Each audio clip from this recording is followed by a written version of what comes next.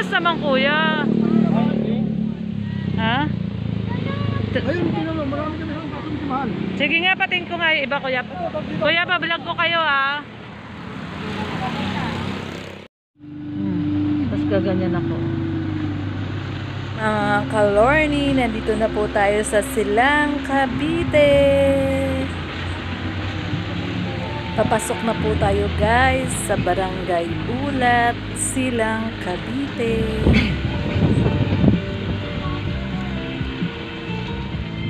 Pinyahan. Nay, may adansoni ka? Adansoni? Yung butas-butas yung dahon. Yung sera. Maliit lang. Magkano?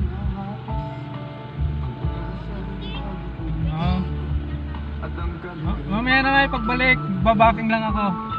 Magbabaking lang ako.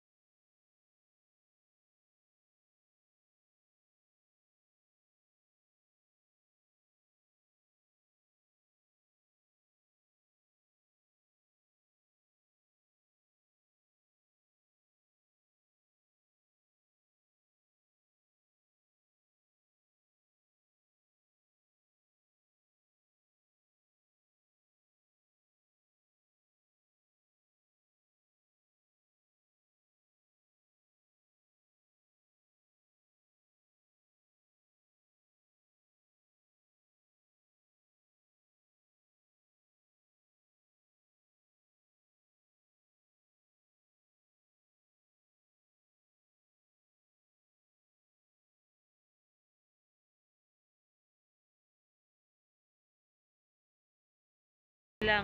Tapos yung kanyang adanso niya, 1.5 din.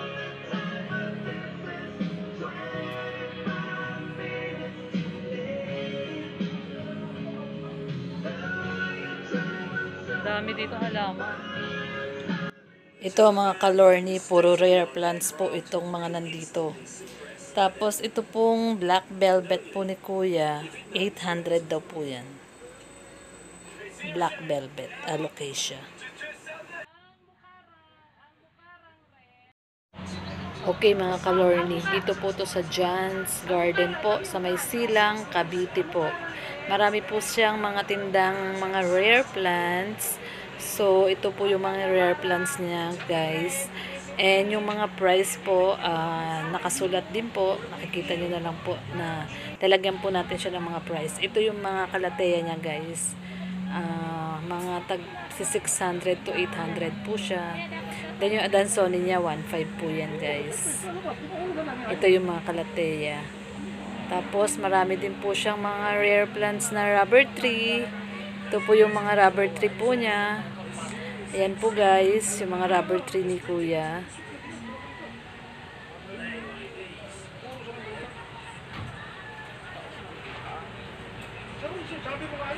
Yan po, meron po siyang mga rubber tree na Black Prince. Tapos, ito, may mga ano din po siya. Hindi ko nga alam kung ano to.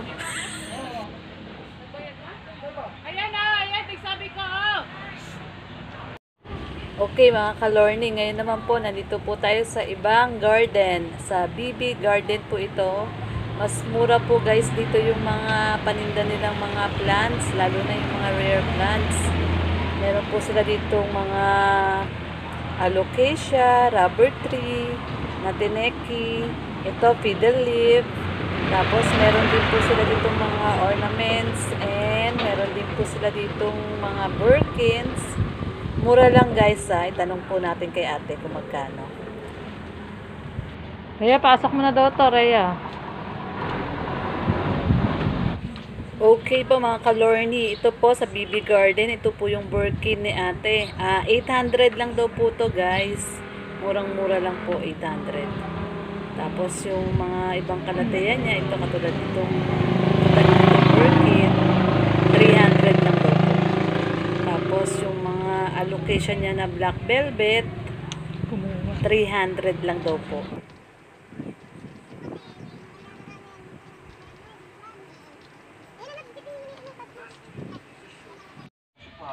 Ito yung isang nabili namin na rare plants. Adansoni. 500 po siya. Sa iba po yan, ano po yan? Libo na po yan. Ito po yung original po ito. Yung malalaki yung butas ng dahon niya. So yan. Meron kasing local niya, no? Din, no? Adansoni. 500 yung kuha namin. Yan. Tapos yung iba, ayun, sa ilalim. Ayun. Yung iba namin nabili halaman. Tsaka halaman na napamili namin. Ayan. Ayan. Tapos yung iba nandito.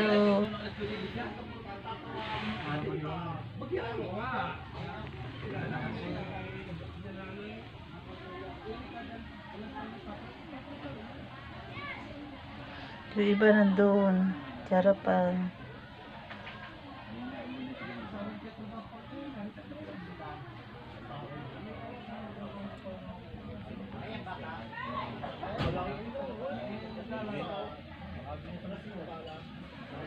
Yung iba nasa harap.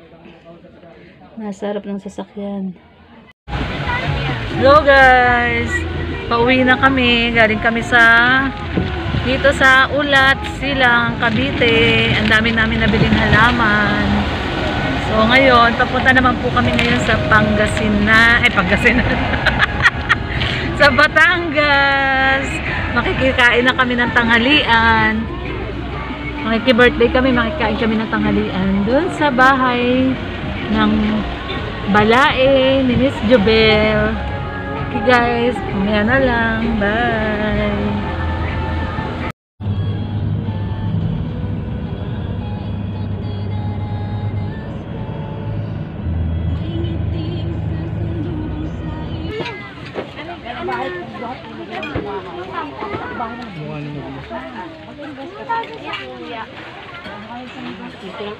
Hello!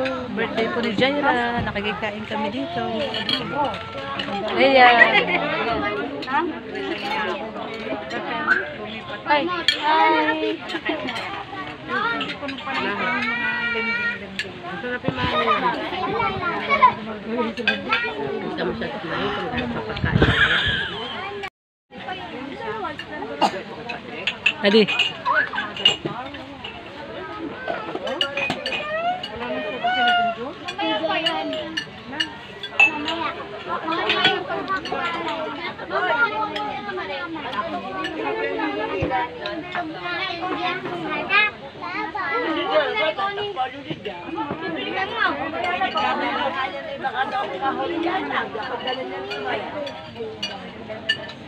Si Rhea, yan si Rhea.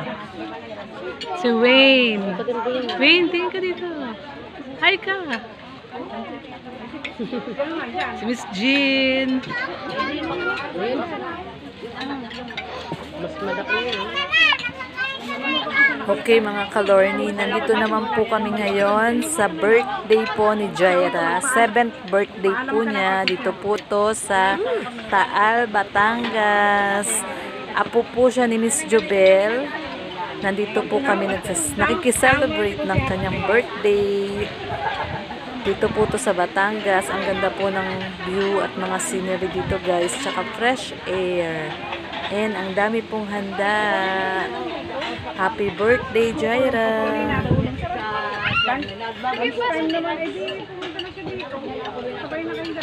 Kaya, Hi, Miss Lauren tayo. happy 7th birthday uli, Jaira. Thank you for inviting us. Birthday, Jaira. Happy birthday, sabi mo ito. Beso mo. Jai, smile ka. Jai, smile ka, smile. Yung maganda smile.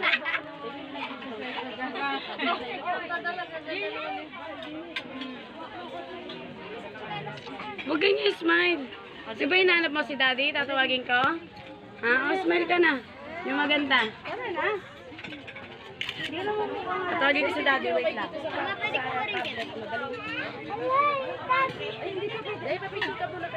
Dali, lapit ka dun. Dali, Wayne. Lapit ka na kay Jaira. Dali.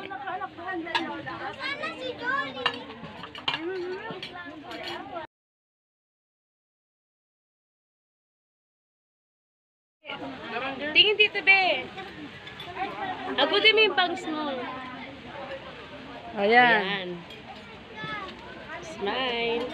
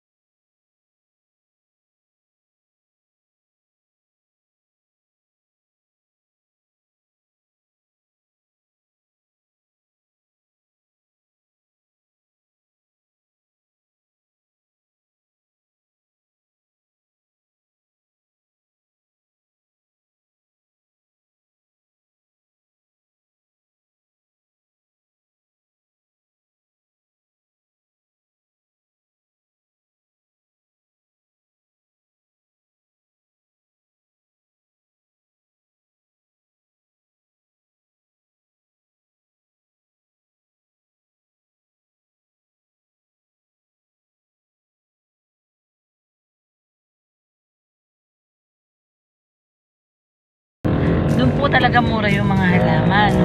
Pag doon sa mga along the highway lang po dito sa may silang sa may Cavite, medyo mahal pa po siya. Oo, yung Tagaytay Road. Medyo mahal po siya. So, ang advice ko po guys is pumasok po kayo doon sa may bandang looban. Doon po sa may barangay Ulat. Talisay po. Ang landmark po noon yung ginagawang tulay. May ginagawang tulay doon yung sa may Tagaytay Road. Tapos may papasukan po kayo doon, kakanan po kayo doon sa may barangay Ulat, sa may doon pa rin po, sa may Silang Cavite pa rin po yun. Tapos mga bahay-bahay lang po sila guys. So yung makikita nyo po doon, bahay-bahay lang talaga siya na marami silang mga tindang halaman, pero sa loob lang po talaga sila ng mga bahay nila, sa mga bakuran nila. Kaya medyo mura po siya kasi wala po silang binabayarang pwesto. Unlike dun sa mismong highway nung Silang, medyo mahal po. Kasi nga may mga pwesto silang binabayaran. Like dun sa Ulat na pinuntahan namin, barangay Ulat sa Silang, may nabibili kami yung mga ornaments, yung mga mayana, mga iba-ibang klaseng mayana, ang gaganda. Mamaya makikita nyo. Nung pumunta kami ng Quezon City Circle, ang presyo nila doon is 50 pesos, minsan yung malalaki na 75, 100. Tapos doon naman sa Commonwealth sa may papuntang Fairview, ganun din. Mga 100 din yung mga mayana nila na ornamental na plants na magaganda. Yung iba-iba yung kulay. Pero yung dito sa may ulat, sa may silang, nakabili kami ng 15 pesos. So, ganun po siya kamura. Yung may mga nabili din ako na mga yung Vulcan. yung volcana leaves na maganda, hanging plants, tsaka yung String of heart. string of hearts, tsaka yung meron pa yung Silver satin. silver satin, tsaka yung honeydew. Honeydew ba yun? Yung honeydew, yung maliliit yung dahon na hanging plants. Nabili ko lang siya ng 30 pesos kasama na yung lalagyanan niya na panghang. Tapos yung silver satin na bili namin siya ng 100 pesos. Tsaka yung mga kalatea na rare, 100 pesos lang din siya. Pag sa Quezon City Circle tsaka sa Manila sa Fairview, mga ano yon, mga 300, 400, 500. Tapos itong nabili namin dito, ito yung nilagay ko dito sa harapan kasi malamig dito sa harap. Yung Adansonii, nabili lang, may 500 pesos siya, talagang ang presyo niya talaga 500 pesos, pero natawaran namin ng 300, no? 300, no? O yun, natawaran namin siya ng 300. Tapos may libre pa siyang isang alocasia. So parang lumalabas 100 yung alocasia, 200 tong Adansonii na bili namin. So ngayon guys, medyo pahapon na, alas 4 na ng hapon, medyo palubog na yung araw, kaya mamaya pag uwi ko sa bahay, isa-isayin namin yung nabili namin halaman na sobrang mura lang talaga guys. So kung plano nyo pumunta ng silang, maganda rin doon sa mga yung mga sa highway na nadadaanan nyo sa silang, pero mas maganda kung papasok kayo mismo doon sa looban nila, doon sa may ulat, barangay ulat, para mas mapapamura po kayo. Marami po doon, mga bahay-bahay lang siya, may mga garden sila, napakamura lang po, pwede pa kayong tumawad.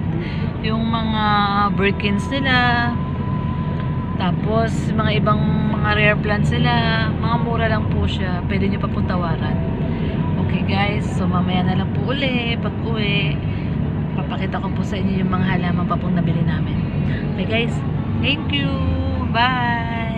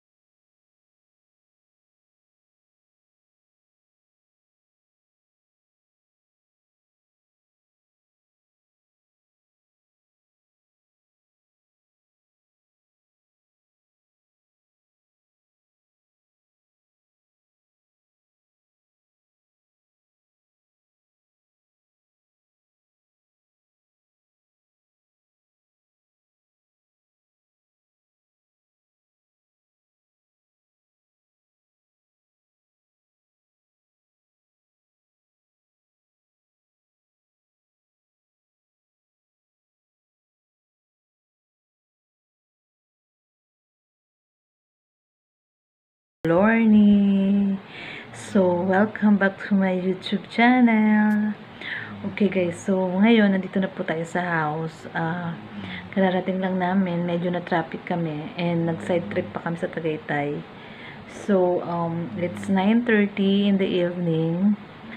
So, ngayon guys, ang plano ko ay tomorrow morning ko na lang po papakita sa inyo yung mga nabili naming halaman. Since medyo madilim na po sa labas, so hindi ko na rin siya masyadong makukuha na ng maganda kasi nga madilim na.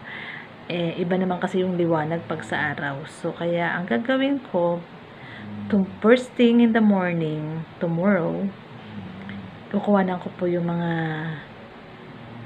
napamili po namin ng mga halaman sa silang. So, actually, 3 yung pinunta namin guys. Pumunta muna kami una dun sa may silang Cavite. Then, meron kasi doon sa may highway lang ng silang Cavite. Medyo marami talagang halamanan doon guys. Kaya lang, medyo pricey siya compare sa loob doon sa Barangay Ulat. Yung pinuntahan namin pangalawa.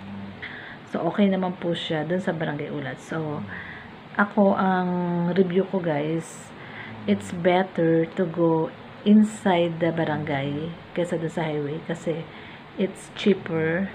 Pwede kang tumawa, then, yun nga, pwede kang makahanap ng mga rare plants na gusto mo na mura lang.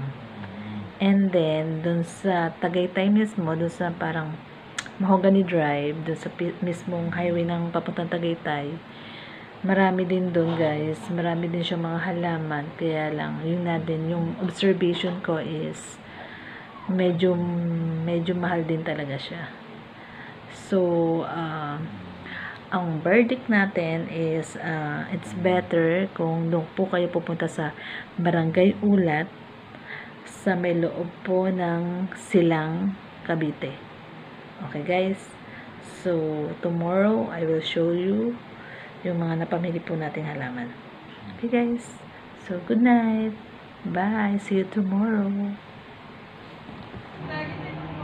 Okay guys, nandito na po ngayon, Monday morning, magre-repat na po muna kami. Yung iba pong nabili namin, i-repat po muna namin. Okay guys, ito na po yung mga nabili namin. Ito yung mga nabili naming mga ornamental plants na mayana. Mga tagpi 15 pesos lang po to lahat. Ayan. So, ito po, ayan. Ayan siya. Magaganda po siya. 15 pesos lang po yung mga yan. Pero ito, yan, 15 pesos lang. Ito yung nabili naming, anong pangalan nito dati? Adansonia? Adansoni. Niripat na namin siya. Ay, naripat na ba to? Tapos, Hindi, pinalitan ng lupa. pinalitan ng lupa kasi ang pangit ng lupa na binigay nila. Tapos, ang presyo talaga nito, 500 pesos. Natawaran namin ng 300. Pero ang pangit ng lupa niya, kaya niripat. Tsaka, mukhang bagong tanim lang siya, hindi pa siya talaga rooted. So, kami na lang siguro magpapa-stable nito. So, yun guys, ano lang din, tignan nyo rin mabuti kung bagong tanim, kung may roots na, para hindi rin po kayo madaya. Pero, tingin ko, mabubuhay naman na to. Madali lang naman ito mabuhay. Kasi ito yung, anong tawag dito, daddy? Silver satin. Ito yung silver satin na 100 pesos lang to, no? Binigay sa amin ng 100 pesos. Kapamilya ba to ng alocasia? Hindi. Ano? Photos. Ito pala, kapamilya pala to ng potos. Silver satin. 100 pesos. Ano pa ba yung mga binili natin? Ayun. Saan? Tapos guys, ito pa yung iba. Hindi ko alam kung ano tawag dito eh. Paki-comment down below na lang po. Ito po pala yung tinatawag nilang mga kutsarita. Yung mga mga gintong kutsarita, dilaw na kutsarita. Ito po pala yun. Nagandahan lang ako kasi ang ganda niya, yung kulay niya, ang ganda. Pero ito yung tinatawag nilang kutsarita. Yung mga kutsarita, iba-ibang kulay na, tawag nila kutsarita. Tapos may bulaklak na siya. Yan siya. Tapos ito, yung Calathea. Yan po. Yan. Tapos ito. Ano lang po ito, guys? 100 pesos lang po to. Itong mga Calathea na to nabili namin.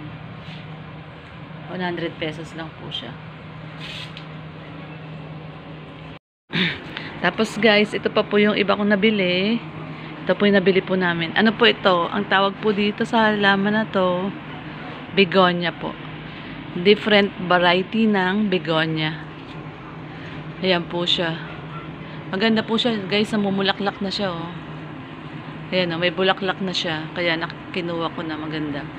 100 pesos lang din po ito. Ayan.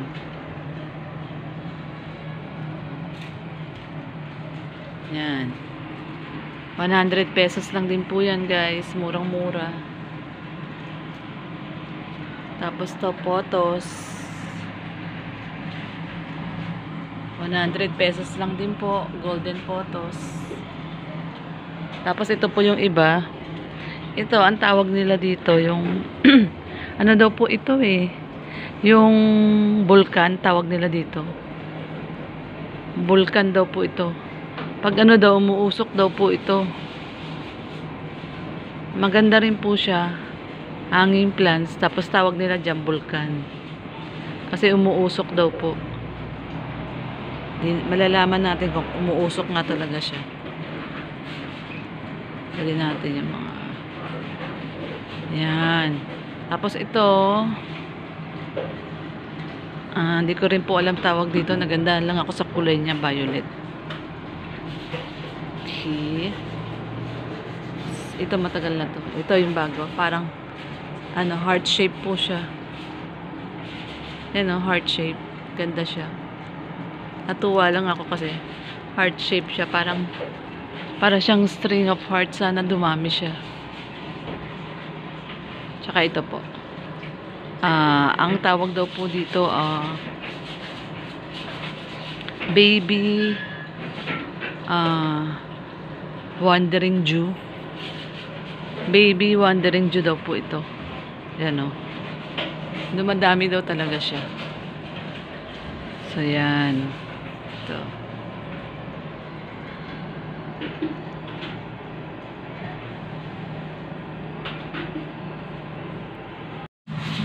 Okay guys, ito dadagdagan natin siya ng lupa. Kasi konti lang yung lupa niya eh. Parang lagyan natin siya ng uling. Maganda din kasi daw yung uling sa halaman guys. Kasi may antibacterial daw yung mga uling. Kaya maganda siya sa halaman. So dagdagan po natin siya ng lupa.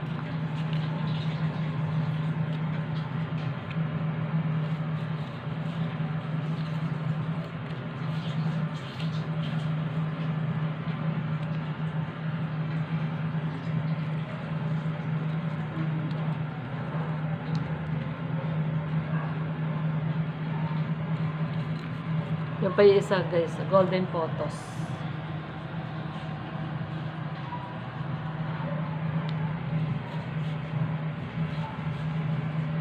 Nilipat lang namin siya dun. Kasi ito dinadagdagan ko siya ng lupa kasi konti na yung lupa niya. Dumami siya. Ayan. Okay.